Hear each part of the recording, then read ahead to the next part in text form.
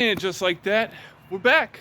We're getting an early start late in the day, something like that. And if you already couldn't tell, well, by the thumbnail and title, we are actually doing a radiator in an Acura TL.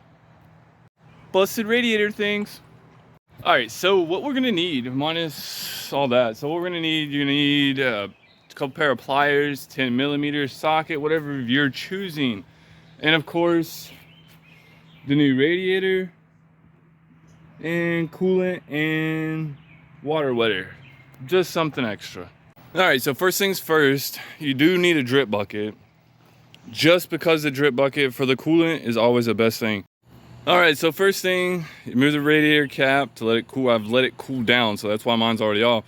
And then we're gonna take off the overflow. Wow, that was actually easy. So now that's off. There is six bolts, 3 on this side and 3 on this side. So we'll go ahead and take those off and show you what it looks like without the fans. Well, actually, I figured that I would just show you guys. There's 4 tins on both fans on the top. Go ahead and loosen all the tins on the top to where they're at least finger loose. All right, and there'll be a clip on this top radiator fan. You just push down and, well, you just push down and there, as simple as that. You push down and do that, and then these tins, we will just unthread them like so. And I've already uninstalled the bottom bolts just to be ahead of the game. So we're gonna go ahead and pull out the fan just like so. Things get a little tricky is on the driver's side fan. Where my hood struts don't work, I've got to use a stick. So we have to find another place to prop it. We'll drop it right down the transmission and right there. So what you want to do here, in order to get this fan off, you're going to have to take off the top radiator hose, and then the clip for this fan is at the bottom of it. So it's going to be a little bit hard to record and show you guys, but I can at least show you how to take off this top radiator. So what I do is grab my handy dandy trusty pliers, and mine is a pinch clip, so I just squeeze it together and slide it down.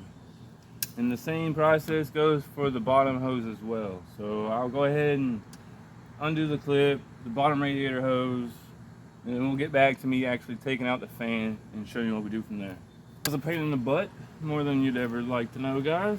So what I've done, I've got the bottom radiator undone, the top radiator done, the 2 top fan bolts undone, the lower radiator bolt done, and the clip. So the last thing to do to pull out the radiator are the radiator holders. There's one on the passenger side. This is a 10 mil. It's like, come on, guys. Everybody knows it's a Honda. So Honda's what? You could build a Honda with a 10mm. So what we'll do is there's one bracket. Just throw it up there on the hood cowl. I do that so I don't lose it.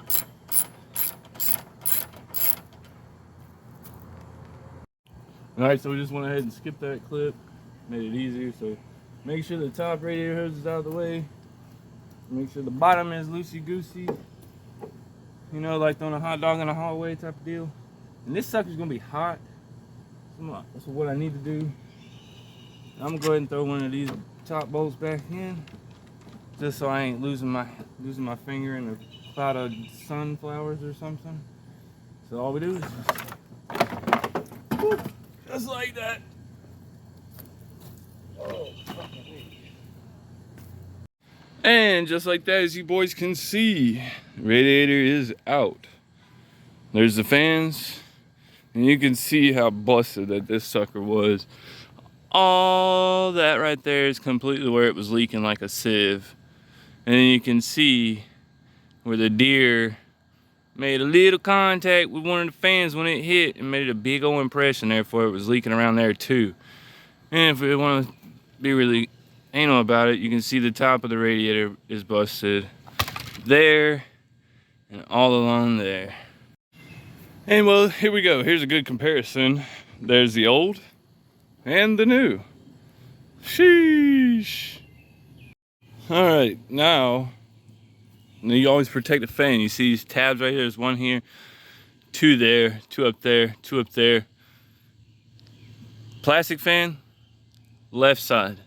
Metal fan, right side. Or metal fan, passenger side. Plastic fan, driver side. All right, let's go ahead and put this on. Before you install, you at least install the driver side fan because it's a pain in the buhaki if you don't.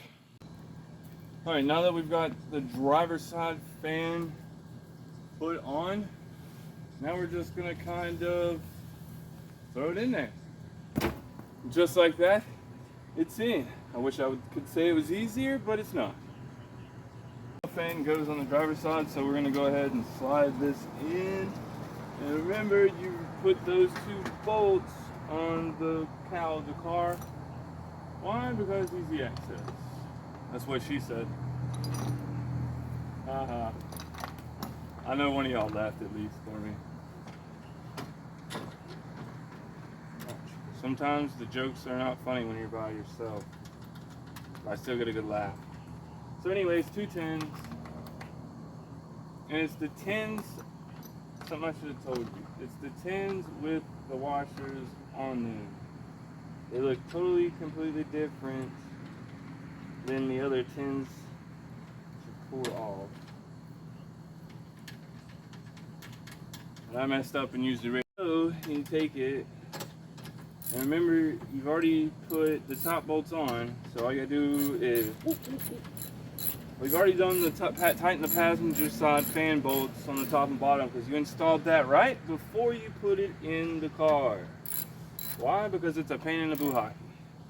And these bolts, you literally just want them hand tight. You want to do hand tight, and then once they get like that, make sure they're tight, and then one little past that. All right, so don't forget on the passenger side, you've got that little fan relay switch, the one clip, click, click, boom. And we'll go and plug up the clip on the bottom and also put on the bottom radiator hose and the radiator hose clamp. And I can't get that on film because it's just a pain in the butt and there ain't much room down there. So I'm just going to go ahead and do that, and we'll get back to installing the top radiator hose. Alright, since it's already got dark, I'm just going to go ahead and get it over with. So you take the top radiator hose, put it back on. This is where your cap goes. You'll jack the front of the car up and turn the car on and bleed the coolant. Simple as that. You just do the reverse process of what we did in the beginning. So the bottom switch is already plugged in over here. This fan switch is already plugged in. So here, I'll actually do this on camera. That's just easy. Literally just take the top radiator hose. Boom, just like that. And then don't forget to put on your radiator holders on both sides with the 2 tins. And put coolant in it. Turn it on. Jack up the front of the car. Bleed the system until no more air bubbles, and you're good to go. And just so you guys know, the car has been sitting here for about maybe 10 or 15 minutes. I wanted to make sure I showed you guys this. Don't look at the check engine lights, okay? But if you see about 15 minutes, it's not even barely halfway with water wetter and coolant. That's how you do it, boys. And I just cut the air off, as you can see. I'm over here sweating. But always make sure you check for leaks. After you burp the system, let the car run in idle for at least 10 minutes and make sure. There we go, boys.